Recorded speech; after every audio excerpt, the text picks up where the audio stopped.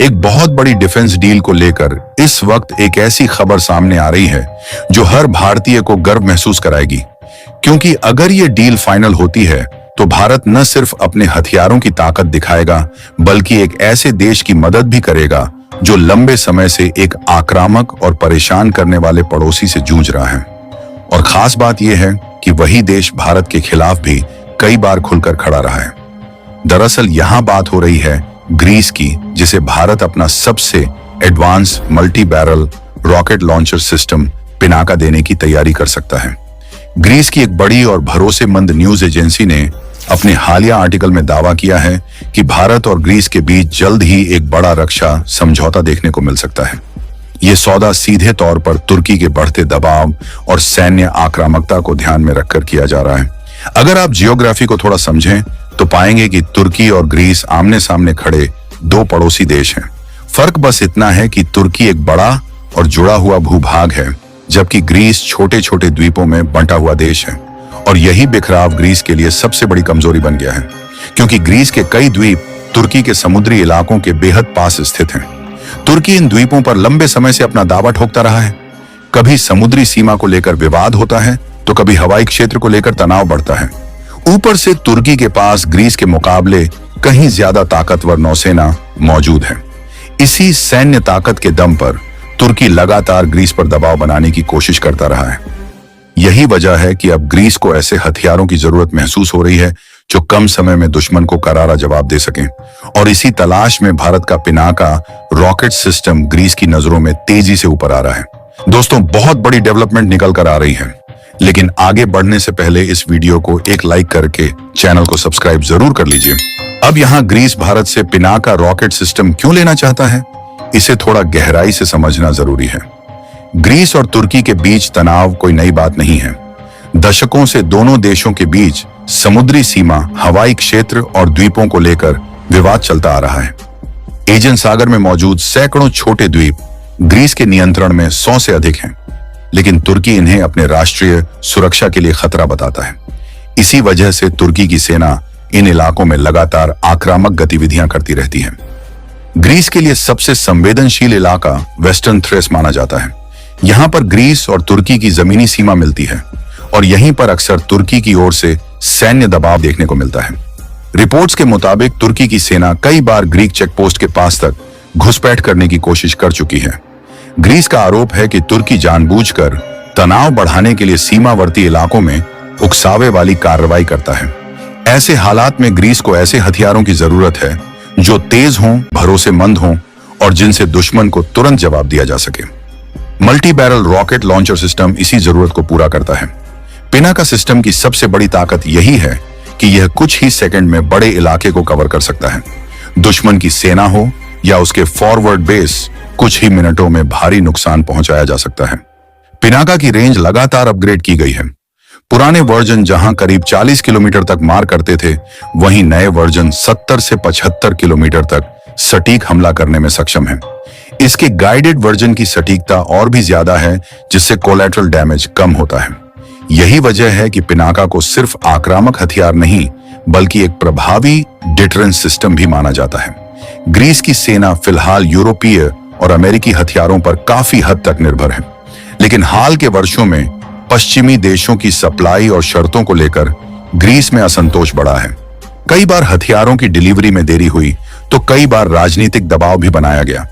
ऐसे में भारत जैसे भरोसेमंद और तेजी से उभरते रक्षा निर्यातक की तरफ ग्रीस का झुकाव स्वाभाविक माना जा रहा है। भारतीय हथियारों की एक बड़ी खासियत यह भी है कि वे युद्ध के मैदान में परखे जा चुके हैं। पिनाका सिस्टम ने अलग अलग परिस्थितियों में अपनी क्षमता साबित की है। पहाड़ी इलाके हों या खुले मैदान, इसकी परफॉर्मेंस स्थिर रही है। यही वजह है कि अंतर्राष्ट्रीय बाजार में भारतीय रक्षा उपकरणों की मांग तेजी से बढ़ रही है। अगर यह सौदा आगे बढ़ता है तो यह भारत के लिए सिर्फ आर्थिक फायदा नहीं होगा, बल्कि रणनीतिक तौर पर भी यह एक बड़ा संदेश होगा। यह दिखाएगा कि भारत अब केवल आयातक नहीं बल्कि विश्व स्तर पर हथियार निर्यात करने वाला देश बन चुका है। साथ ही यह उन देशों के लिए भी संकेत होगा जो भारत के हितों के खिलाफ जाकर उसके दुश्मनों का साथ देते हैं। अब इस पूरे मामले में तुर्की की बेचैनी भी साफ दिखाई देने लगी है। बीते कुछ दिनों में तुर्की के सरकारी बयानों में भारत का नाम बार बार सामने आया है। तुर्की ने खुलकर यह कहना शुरू कर दिया है कि भारत ग्रीस और साइप्रस के साथ किसी भी तरह का सैन्य सहयोग न बढ़ाए। तुर्की का मानना है कि अगर भारत ग्रीस को एडवांस हथियार देता है तो यह सीधे तौर पर तुर्की के खिलाफ कदम माना जाएगा। तुर्की की यह घबराहट अपने आप में बहुत कुछ बयान कर देती है, क्योंकि अगर पिनाका जैसे सिस्टम से तुर्की को कोई फर्क नहीं पड़ता तो उसे आपत्ति जताने की जरूरत ही नहीं थी। दरअसल तुर्की अच्छी तरह जानता है कि पिनाका जैसे रॉकेट सिस्टम सीमावर्ती इलाकों में उसकी सैन्य दादागिरी को काफी हद तक रोक सकते हैं। खासकर वेस्टर्न थ्रेस और एजियन सागर से जुड़े इलाकों में तुर्की की मूवमेंट पर सीधा असर पड़ सकता है। भारत की तरफ से इस पूरे मामले में कोई आक्रामक बयान नहीं दिया गया है। भारत ने हमेशा की तरह रणनीतिक चुप्पी बनाए रखी है, लेकिन व्यवहार से यह साफ है कि भारत अब किसी के दबाव में फैसले लेने वाला देश नहीं रहा। जो देश खुलेआम भारत के दुश्मनों को हथियार दे सकता है, उसके लिए यह उम्मीद करना कि भारत उसके विरोधियों की मदद न करे पूरी तरह से खोखली सोच है।